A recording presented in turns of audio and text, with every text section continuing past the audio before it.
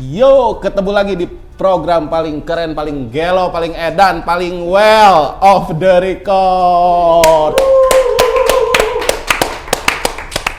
Episode kali ini spesial banget ya karena ada musisi paling keren yang sekarang lagi naik daun dan salah satu roster dari band legend Indonesia, Marcelo Tahitu atau Elo. What's up? Oke, hello, apa kabar? Baik. Wih, keren, mantap. Datang ke sini kan bawa single baru lah. Apa judulnya? Do Over ya? Do Over. Bisa ceritain nggak sih Do Over tuh nyeritain soal apa? Terus kan udah lama juga nih nggak ngeluarin single yang langsung nendang. Terus sekarang bikin perbedaan di single itu. Gimana sih? Sebenarnya singlenya sih lebih tentang secara lirik ya. Kayak CLBK gitu kan. Cinta lama belum kelar gitu. Tapi secara arti yang lebih dalam lagi, kayak gue harus kayak do over again gitu kayaknya dalam karir gue gitu. Main ke media lagi, promo lagi, radio lagi, segala macam lagi. Jadi kayak punya dua arti yang sedikit berbeda buat gue gitu. Oke. Sebenarnya persiapan single ini tuh berapa lama sih? Karena kan yang gua tahu tuh yang terakhir tuh yang hari-hari. Nah, yang itu setelah itu kan mungkin ada beberapa single yang coba dikeluarin tapi nggak terlalu ini ya. Iya emang semenjak ganti IP gitu namanya Marcelo Tahitu kan, dari Elo ke Marcelo Tahitu tuh lumayan 180 derajat kan musiknya. Jadi itu gue nggak pernah punya hit sih. Maksudnya bisa dibilang gue di bawah mainstream radar lah. Iya. Gue nggak pernah main di TV, gue jarang main di lagu, gue nggak keputar di radio gitu. Jadi kayak semua itu lumayan lama berlangsungnya, cukup lama, 7-8 tahun kali gue terakhir kali punya hits gitu. Nah sekarang ya gue nggak tahu ini hits apa enggak ya, karena nggak ada yang tahu kan. Dan akhirnya ya gue coba keluarin dengan masuk ke label baru gitu. Dan buat gue ini kayak konsepnya seru aja sih, gue nggak pernah bikin sesuatu yang kayak gini juga lagunya kayak Do Over secara musiknya. Oke. Terus kalau ngomongin karya yang sekarang ini, perbedaannya apa sih dari karya lu yang dulu? Secara musik ya ada perubahan lah. Lu dikenal sama warna musik rock, terus sekarang agak berubah gitu.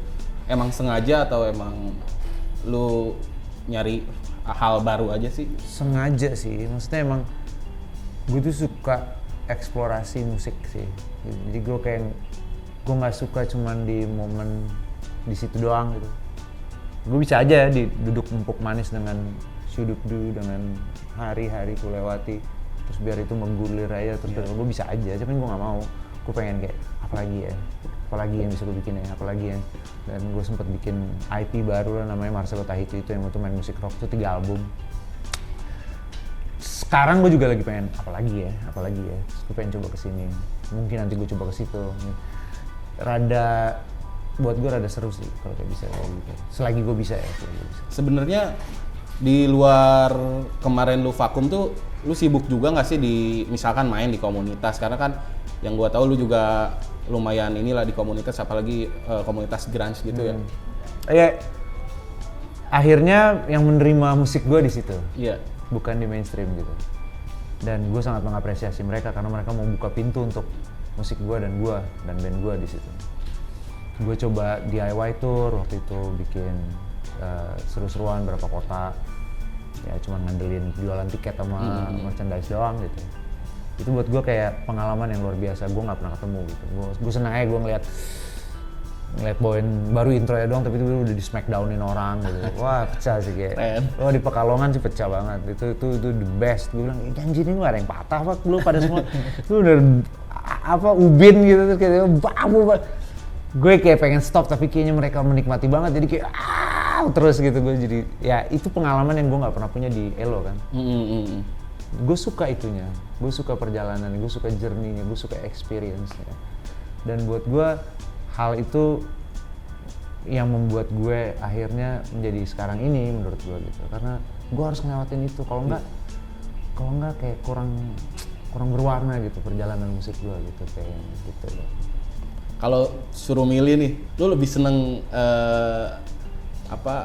musik mainstream apa komunitas yang rame, yang hidup dengan tiket, hidup dengan merchandise gitu? Gue dua-duanya nggak ada masalah. Tergantung situasi apa yang gue harus dilakukan, harus berada gitu. Kayak misalnya kalau gue memang harus ada di mainstream saat ini, ya nggak apa-apa. Tiba-tiba situasinya mengarahkan gue untuk kembali ke komunitas, nggak ada masalah juga. Jadi bukan perihal apa ya, gue bukan result oriented kalau gue. Gue lebih ke journey oriented. Kalau gue bisa bilang ya, gue mengutip sebuah kata yang sangat luar biasa dari vokalis band yang sangat terkenal. Nah itu Steven Tyler dari Aerosmith, dia bilang life is a journey not a destination Pak katanya. Mantap tuh bro, dengerin. Ya kalau ngomongin balik lagi ke single lu gitu, proses kreatifnya lu dibantu siapa sih gitu? Atau lu emang ini karya lu sendiri yang lu ciptain lagi galau, lagi jatuh atau lagi apa gitu? Proses kreatifnya sebenarnya gue bikin sendiri ya, tapi gue di trigger sama temen gue, curhatan temen gue lah. Dia lagi curhat gitu terus kayak, bikinin lagu dong tentang mengulang kembali, do over. Oh ya udah oke, gue langsung keluarin do over, terus gue bikin, terus gue coba menjadi dia gitu kan. Jadilah do over. Dan menurut gue tuh yang kayak serunya adalah gue nggak pernah nih punya lagu yang kayak gini. Gue suka melakukan sesuatu yang gue nggak pernah gitu, dan akhirnya jadilah do over gitu. Lu nggak mikirin resiko nggak sih? Oh dulu Elo musiknya gini banget, sekarang berubah gitu. Mikirin itu nggak sih pas lu bikin proses kreatif musik itu? Atau ya cuek aja ini karya gua, laku oke, enggak juga nggak apa-apa, gua tetap puas gitu. Gue ngerasain dampaknya sih sebenarnya. Maksudnya dari Elo ke Marcelo Tahito itu udah mulai berdampak banget. Banyak fans yang cabut, banyak. Ya nggak bisa dibohongin, maksudnya pop atau ya apapun yang gue mau sebut namanya lah, mainstream itu lebih bercahaya kan, bergelimang gitu, kayak empuk ya, enak gitu, banyak gitu. Tapi ya itu dia, gue nggak terlalu suka dengan konsep di situ doang sih, jujur aja. Ya maksudnya pas gue beralih ke Marcelo Tahito dan gue main musik rock, gue nggak asing ya sama rock ya. Gue dulu besar, yang bikin gue pengen jadi gitaris, maksudnya musisi lah. Ya gue pas ngeliat Kurt Cobain gitu. Jadi memang itu yang gue suka loh. Kalau mau tarik lagi, gue suka rock and roll music tahun 50-an, itu yang bener-bener roots-nya rock saat ini gitu. Berarti gue emang udah terpapar dari situ. Nah, gue kehilangan banyak fans juga, tapi ya ternyata ada fans baru. Dan fans baru itu yang emang bener-bener, woi Bang Elo, yang udah, ayo dong Bang Cir, ya gitu lah. Udah hitam gitu gelasnya, wah apa nih? Terus jamu. Ya di toko jamu dia. Terus, ya itu deh. Terus tiba-tiba gue sekarang kayak begini. Gue nggak ngerasa gue punya tanggung jawab soal itu. Gue hanya bertanggung jawab sama karya gue. Biarlah fans yang menentukan. Dia mau stay, dia mau enggak. Ya. Gue ngerasa justru malah belakangan ini fans yang sejati ya. Dia udah tahu gue, maksudnya dia udah tahu nih orang, nih Abang Elo ini kayaknya dia mau kemana aja deh nih, kayak suka-suka dia lah. Ngerti gak? Dan gue lagi mengkurasi fans yang seperti itu. Tapi gue sekarang kalau misalnya manggung ya, di setlist gue tuh tiba-tiba ada lagu yang Marcelo Tahito, ada yang Elo, ada Syudupdu, tiba-tiba ada Berdiri Sampai Mati, tiba-tiba ada ini, tiba-tiba ada bener-bener kayak roller coaster gitu. Dan gue suka banget, dan gue nggak peduli gitu. Dan kayak ya udah ini gue, ini journey gue nih. Gue pengen presentin tuh ke publik bahwa ini journey gue. Kalau ngomongin sekarang kan pasti sibuk promo single nih. Terus lu juga sibuk sama yang pasti ya sama Dewa gitu. Ngebagi waktu lu gimana sih? Karena kan Dewa juga pasti padat juga kan jadwalnya. Terus ngebagi waktu lu yang proyekan sendiri ini atau proyekan yang lainnya tuh gimana sih? Siapa cepat siapa dapat sih. Maksudnya gini, misalnya ada jadwal nih, Elo apa solo gue kan. Terus tiba-tiba Dewa masuk jadwal, tapi gue udah duluan nih. ya nggak bisa, gue udah ini. Oh ya udah, oke, mereka juga nggak masalah. Tapi kalau gue tiba-tiba ada jadwal dari Dewa, terus tiba-tiba Elo jadwalnya masuk, wah nggak bisa juga, gitu loh. Jadi siapa cepat dapat aja sih. Jadi gue kayak fleksibel aja. Si Dewa pun nggak masalah ya soal terkait jadwal lu itu. Si Dewa sih setahu gue nggak bermasalah ya. Dia paling ngerti aja. Kita ngomongin ke Dewa dulu nih. Slow bro. Oke. Atur aja. Ngomongin lu kan sebagai roster barulah di Dewa ya. Ya. Gimana sih rasanya ketika lu pertama kali ditawarin lu langsung wah gua mau nih atau anjir gua pikirin dulu dah ini sama legend atau takut grogi atau gimana gitu. Enggak sih, gue langsung mau. Karena ya gue langsung mau sih. Karena Alasannya? Iya. Dewa kan, ya kali gue tolak, lu gila, ya kan, Dewa gitu, maksudnya ada lah momen dalam hidup lo saat lo dapet kesempatan yang nggak mungkin lo tolak, yang mungkin lo cuma dapatkan sekali gitu.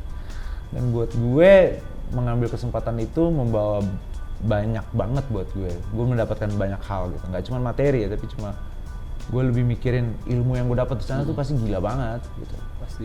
Gue kayak ngobrol sama mereka itu kayak ada yang planet banget gitu, ada yang bahasa gue planet yang wah ini apaan nih gila. Terus ada yang cool banget, ada yang banget gitu, yang kayak gitu ada juga, jadi kayak seru aja. Dan gue nggak asing ya buat sama mereka ya, maksudnya karyanya udah pasti gue tumbuh dan besar bersama mereka gitu karyanya. Tapi secara personal masing-masing ya gue udah kenal juga. Gue udah bersinggungan lah sama Mas Dhani, sama Yuke, gue udah pernah bersinggungan, terus si Agung, pokoknya udah pernah ketemu somewhere di jalan di mana waktu sebelum gue ketemu lagi di Dewa lah gitu. Mas Sandra juga. Nah si proses adaptasinya lama nggak sih? Karena kan ya lu udah pasti tahu lah lagu-lagu Dewa ya. Gua orang biasa aja udah pasti tahu lagu Dewa gitu, lebih mudah menghafalnya. Tapi adaptasi dengan musiknya, aransemennya, dengan warna musik lu gitu gimana sih gitu? Atau mereka ngebebasin lu dengan warna suara lu? Atau lu harus ngikutin musik Dewa atau gimana sih? Rada nggak susah ternyata. Maksudnya rada gampang-gampang susah lah. Jadi gini, Dewa tuh kan vokalnya tingginya udah kayak kalau kata orang Maluku ya, makiannya itu udah kayak, gue boleh memaki nggak sih di sini? Boleh, bebas. Jangan, kasihan ribet nanti. Pokoknya itu setinggi-tingginya langit lah gitu. Susah banget. Itu yang gue harus kulik.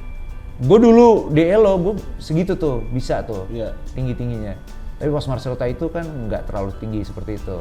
Nah akhirnya gue ngulik lagi tuh cara gue nyanyi gimana ya. Nyoba-nyoba, dapat nih. Karena kita latihan dulu sebelum manggung kan. Latihan, sebelum manggung pertama tuh latihan.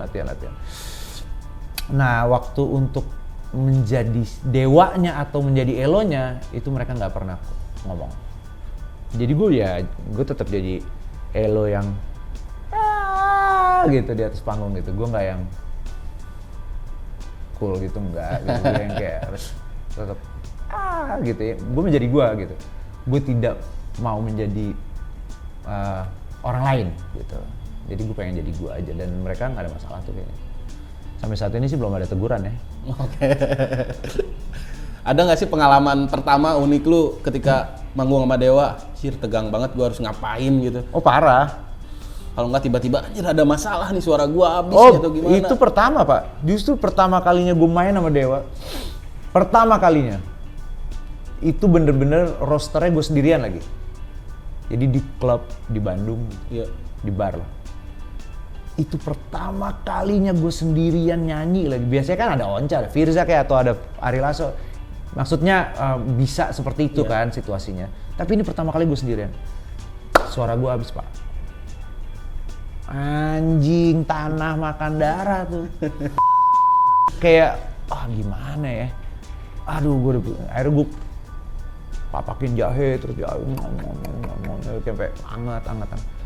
Tapi nggak tahu kenapa, mungkin adrenalin ya. Pas nyampe ke situ kayak, wow, kayak, gitu, kayak langsung nyampe gitu suaranya. I don't know kenapa ya, tapi mungkin adrenalin gitu. Dan itu seru banget, dan salah satu manggung yang gue nggak akan pernah lupa seumur hidup gue. Karena buat gue, anjir, gue pertama kali main kayak mungkin 14 15 lagu kali ya malam itu kayak 15 lagu Pak, banyak. Terus ada gula adalah harus kayak gitu. Turun bro lo bisa malah. Ya turbo, gue bilang ya turbo. Turun bro. Jadi kayak, ya maksud gua itu momen yang gua nggak terlupakan. Wah, gua udah nahan banget nih kayak gimana gua nggak ngomong, tapi ya maksudnya ada teman-teman datang jadi kayak harus ngomong lagi kan. Kalau lu semakin ngomong kan semakin capek kan. Jadi kayak terus mereka juga udah mulai membuka sajian yang susah gua tolak gitu, tapi kayak kalau gua minum kayaknya rada mempengaruhi, jadi udah nanti gue tunggu dulu deh. Itu lumayan susah tuh, tapi pas selesai itu ya happy lah.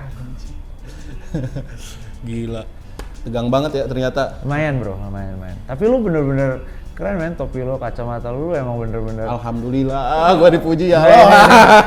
Ini settingan culture zaman sekarang Wah, banget. culture Ini banget. abang-abangan skena nih kayaknya nih. Abang-abangan skena Abang-abangan Kabupaten skena. Bandung. Ini abang-abangan skena. Keren kayak lu. Kalau ngomongin warna musik lu sebenarnya ada, setelah lu gabung Dewa ada perubahan nggak sih? Terus mungkin juga nggak sih ntar ke depan lu bikin lagi karya ternyata collab sama mereka karyanya, atau ternyata yang si Duover ternyata ada sentuhan dari mereka, entah apanya lah idenya gitu. Gua nggak terlalu ngambil perihal musik ya, Ya. teknis gitu. Gua ngambil bagaimana pemahaman mereka atau determinasi mereka atau pandangan mereka tentang musiknya mereka gitu. Itu yang gua ambil. Mereka itu hitsnya kan udah banyak ya, tapi mereka tetap ngulik Pak. Mas Andra masih ngulikin lagu yang zaman sekarang, Mas Dhani masih suka nontonin YouTube, dengerin apa aja dan segala macamnya, dia masih ngulik. Konsernya mau dibikin, kita mau bikin apa ya? Orkestra udah, pesta rakyat udah, apa lagi ya? Oh All Star, oh ini, ngerti ya? Jadi masih segitu determinasinya gitu, segitu tinggi determinasinya. Dan itu yang gue contoh. Kadang mereka udah segitu banyak hitsnya, mereka udah tinggal duduk manis. Enggak, mereka masih ngulik kanan kiri. Dan buat gue itu yang kayak apa ya, inspiratif buat gue. Dan akhirnya mungkin kedepannya etos kerja gue akan sangat terpengaruh oleh inspirasi dari mereka itu. Keren banget. Tapi sorry, ya lu main musik gak? Dulu lah iseng-iseng. Masa sih? Iya, serius. Ya gue suka musik, tapi musik underground lah. Kayak? Ya macam-macam lah, musik hardcore gitu. Oh hardcore anaknya, Bandung. Dari Bandung. Tahun? Kalau gua ngikutin musik itu mulai tahun 2000, gua SMP 2000 berapa ya? 2003 apa 2004 gitu. Ketika saudara gua punya band Melodic, gua sering diajak tuh Full of Head. Sering diajak ngobrol, nonton dia, terus kenalan, ya akhirnya kenal juga lah gitu. Melodic atau melodic core nih? Melodic core lah. I see. Dulu kan event mini gigs gitulah di salah satu skate park yang ada di Kabupaten Bandung Barat kalau sekarang. Ada ya. Gue pertama kali main di acara, jadi gue bikin di anti statis tuh di yang acara itu tuh di Kopi Kohi itu ada namanya di Bandung. Wah, ya ini deh, pecah itu label gue sampai kayak bingung gitu kayak kayak begini nih gitu, karena itu label itu terakhir kali gue di label lah album itu. Oke. Kayak, wow. Karena gue juga dulu sering juga ngikutin Cukup Manik ya, kalau grunge. Lu kan beberapa kali juga sering kolaborasi ya main di sama EV kan, main di EV gue tuh di Bandung. sama dulu masih sama Iyak gitu kan. Ya masih iya, terus masih ada Eski. Ya sampai sekarang masih sih mereka, kayak mereka lagi aktif lagi. Seru sih, gue juga kalau lu tanya sampai sekarang, ini lagi ada tawaran nih, main di sini tuh, ayo gitu. Tapi bayarannya segini bang, slow, ayo gitu. Karena buat gue, mereka adalah bagian dari perjalanan musik gue gitu. Dan gue harus respect terus sama mereka. Begitu juga mungkin mereka menghargai gue, dan gue bener-bener menghargai keterbukaan mereka terhadap soloist pop yang mencoba masuk ke sana. Lu tuh seneng grunge tuh awalnya gimana sih? Pertama kali emang lu dicekokin musik itu terus dari zaman sekolah, atau tiba-tiba lu seneng Kurt Cobain atau seneng Dave Grohl atau gimana sih? Abang-abang gue tuh, abang gue sih, bukan abang-abang gue. Abang gue yang kedua yang paling di atas gue satu tuh, Dia pertama kali dia ngulik, maksudnya gini, dia yang memaparkan gue terhadap musik saat inilah gitu. Saat itu, sorry. Oke, terus gue udah tahu Smells Like Teen Spirit gitu. Akhirnya lagu gitar pertama gue yang bisa tuh judulnya About a Girl, ada itu lagu Nirvana. Dan itu yang bikin gue suka. Dan lucu aja, setelah tahun berapa lah gue udah zaman Twitter tuh. Ya. Gue bilang gini, gue sempat nge-tweet, gue lebih baik dibenci karena menjadi diri gue sendiri daripada dicintai karena menjadi orang lain. Terus banyak yang balas kan, banyak retweet, banyak anjing Cobain banget tuh, anjing Cobain banget. Gue gak pernah tahu kan, anjing Cobain banget. Terus gue cek dong, masa sih? Gue liat, wah bener anjir dia ngomong gitu juga, itu quotes-nya. I rather be hated for who I am than be loved for who I am not, kalau gak salah dia bilang gitu. Wah anjing, kok bisa sama gini? Terus gue cek gitu, wah anjing sama ulang tahunnya, parah anjir, 20 Februari dia ternyata sama kayak gue. Dan I don't know, tapi gue suka banget sama, gue suka sih sama revolusi musiknya dia menurut gue. Saat semua orang lagi pada pengen rambutnya gede gitu, pakai hairspray gitu, semua kayak boys gitu, kayak semua masih glam rock banget gitu. Terus tiba-tiba enggak gue kayak gini aja, kelar men yang lain semua. Iya, bener. Karena apa? Dia jadi true aja, sama dirinya dia, nggak peduli. Menurut gue ya gitu. Kalau lu suruh milih nih, lu milih dari seluruh personel Nirvana, lu pilih siapa yang paling lu sukai banget? Ya Kurt Cobain mah Pak, apa lagi? Oke. Siapa lagi? Jadi udah oke. Tapi Dave Grohl lu masih ngikutin nggak sampai sekarang musiknya? Gue ikutin. Sampai Foo Fighter gitu? Suka gue suka banget. Maksudnya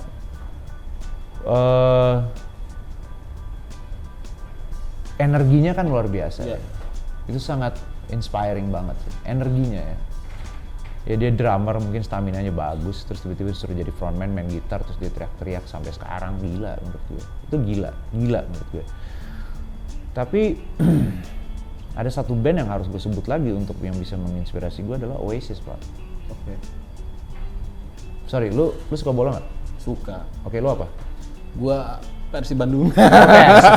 Kenapa semua orang Bandung semua lah jawabannya versi Bandung kayaknya ya? Ya. Yang di luar Luar negeri mungkin Inter Milan dulu, zaman gua suka Ronaldo, Emre. Oh gitar. Iya, boleh. Ya. Oke, it's okay. Gue Juventus dan gue suka Oasis gitu, dan gue Juventus. Ya, gue suka Oasis. Gue pikir lu Man U gitu, gue pengen masuk kayak gue Man Oh. City gitu. Karena lu ngomong Oasis, jadi gua nggak ngomong MU. Aduh jatuh anjir. Gila. Sorry. It's okay bro, it's okay. Nah gue suka banget Oasis. Oke. Oasis merupakan perjalanan musik gue yang menginspirasi gue banget. Nirvana, Oasis, Jamiroquai, Foo Fighters, Frank Sinatra, Bob Marley, semua itu gue makan tuh. Karena buat gue suka orang yang nabrak-nabrakin apa namanya istilahnya sistem gitu. Oke. Ya kan kayak Bob Marley misalnya. Lu mau bikin apa aja bodo amat bro, gue tetap ngerege aja terus. Kencet lu mau di luar mau nggak ada urusan bro, gue ngerege. Nggak ada urusan. Akhirnya pecah gila. Gue suka yang kayak gitu. Kayak kalau pemain bola ya gue suka. Salah satu alasan gue gondrong. Bukannya Kurt Cobain, bukan siapapun juga.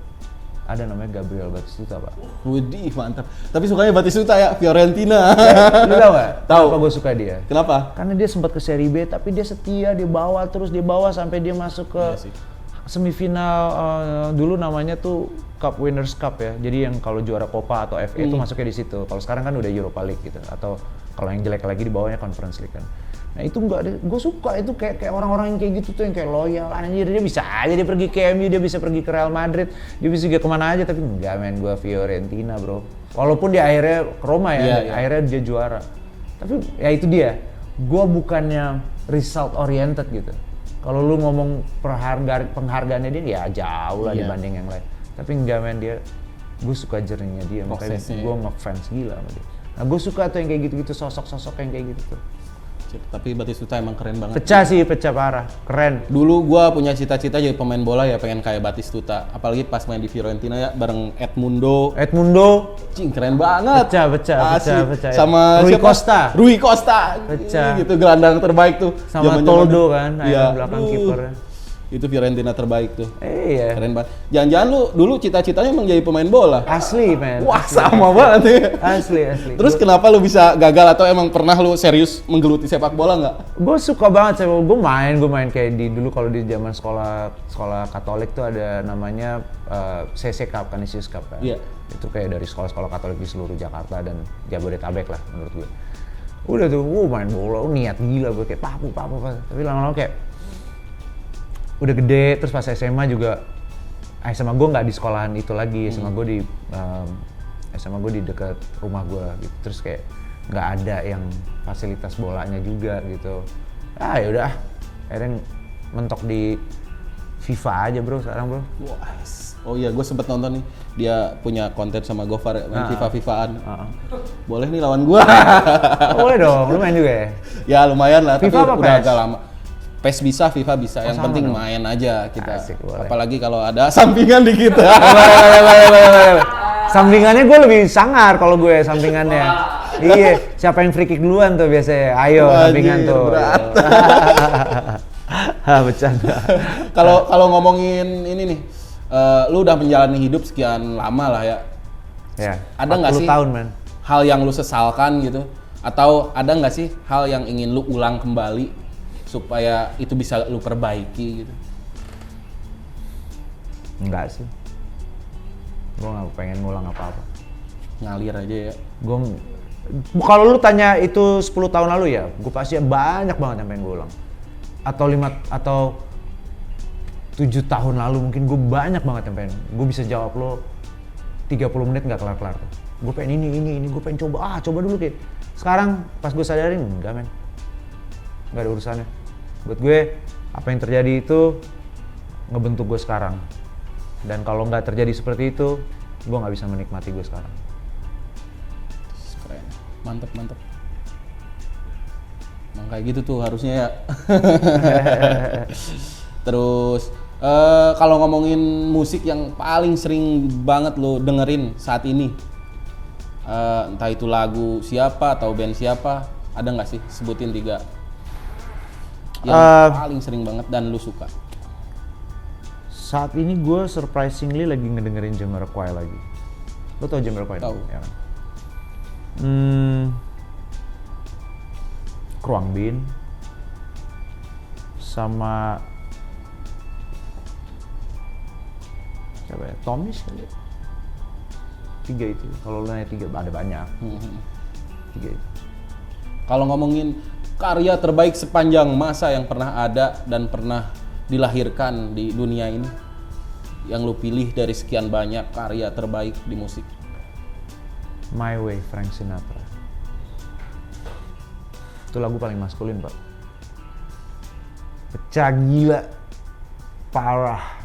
Tapi My Way, itu buat gue lagu anthem kayak OST-nya hidupnya gue tuh. My Way. Fix.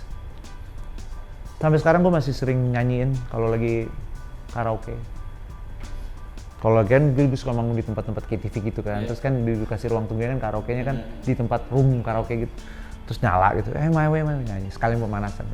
And now the end is near. Langsung gitu. Lalu umur berapa sih bro? Gua umur 34. Oh ya? Nggak mungkin dong lo 2003 lo SMP. SMP ya? SMP. Gua tuh SMP 2003. Oh iya. Karena Bener. 2005, Ya. 2007 SMA. Lo 90 ya?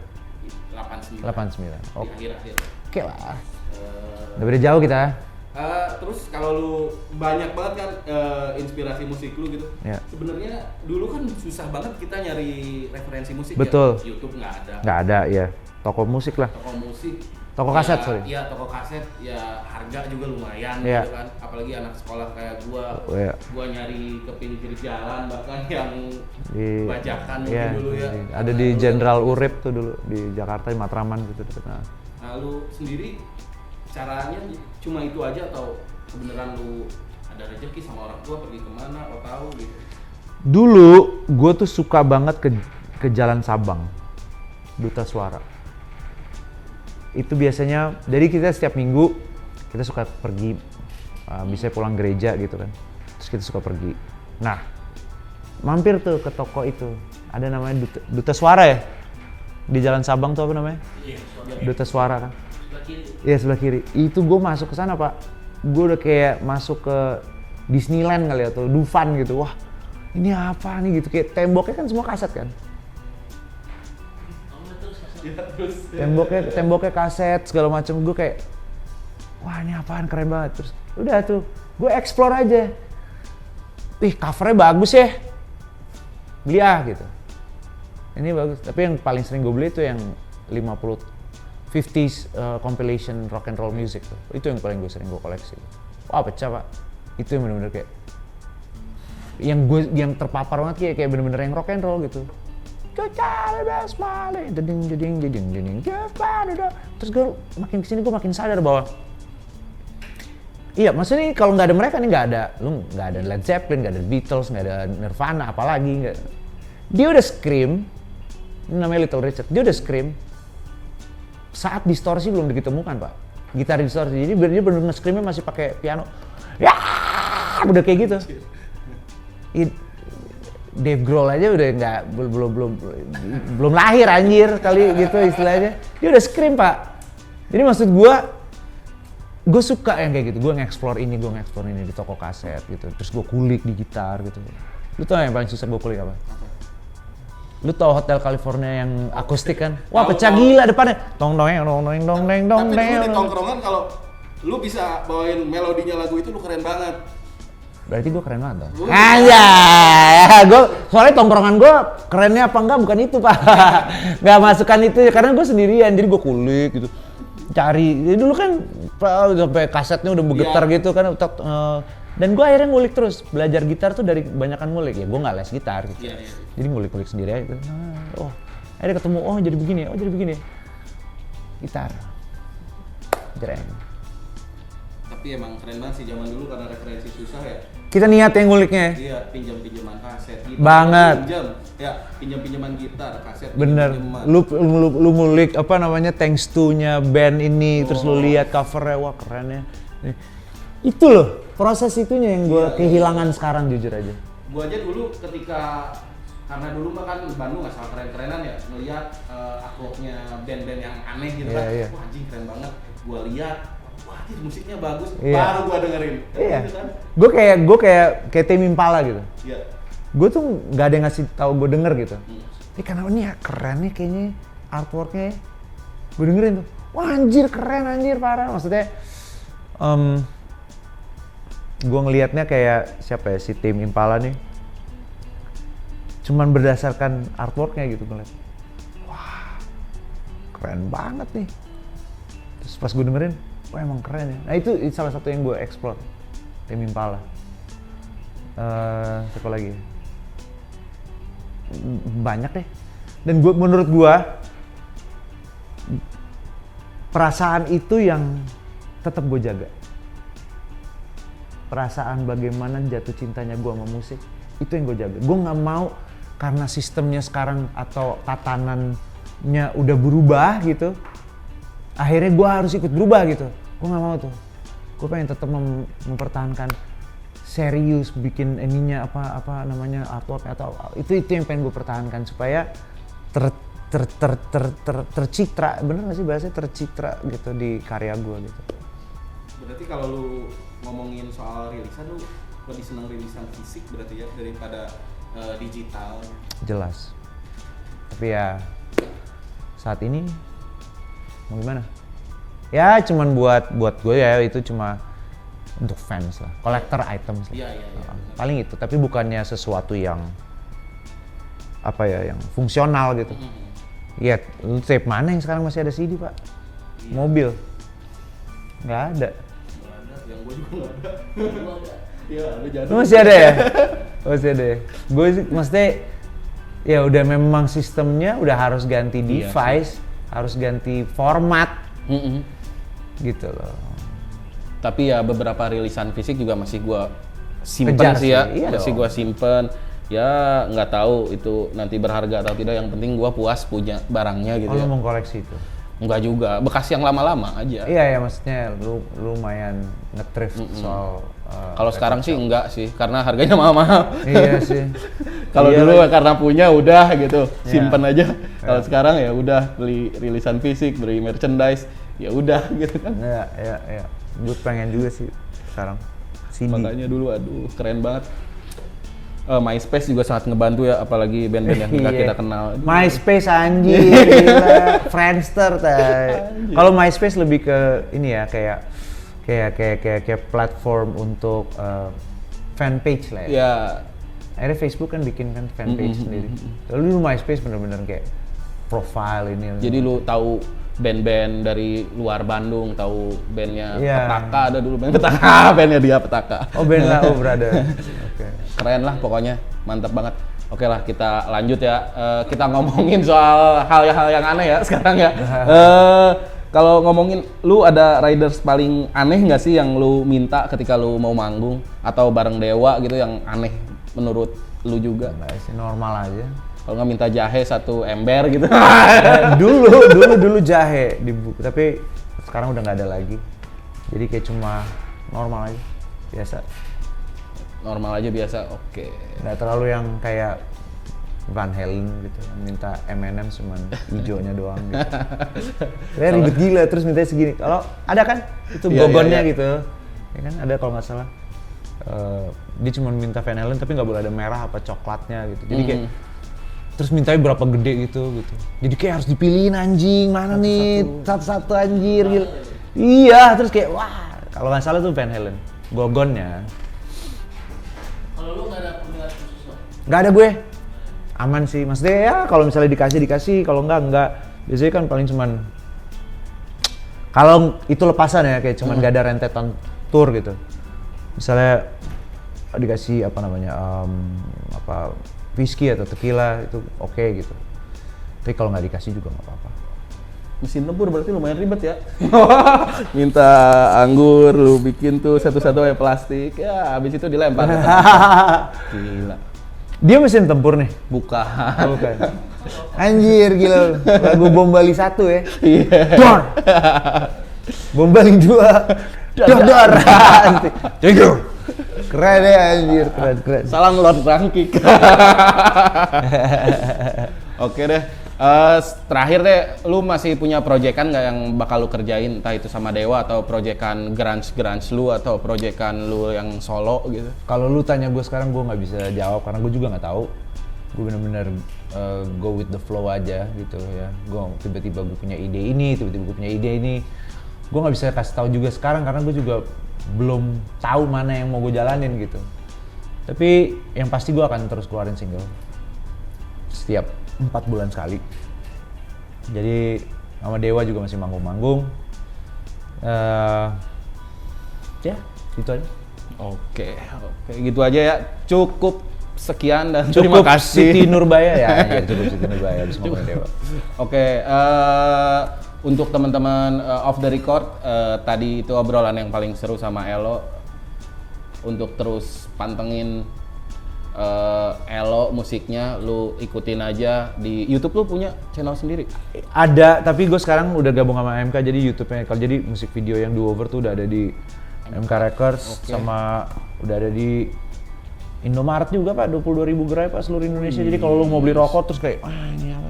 Ini enggak tahu nih gue pernah. Kalau lu mau dukung musik Elo terus, lu Ke ke Indomaret. Indomaret. Kalau di YouTube kan ads-nya takutnya kebagi-bagi. Man, thank you banget ya. Ke Indomaret, thank you banget. Siap. Oke, sekian obrolan seru kita, masih tetap di Off the Record bareng gua Ilyas di episode-episode seru lainnya. Wah, aduh ngomong kemana aja. Oke Tetap deh. tongkrongin Off the Record, acara yang paling gelo, paling keren, paling Paling paling Well, meledak. Woi.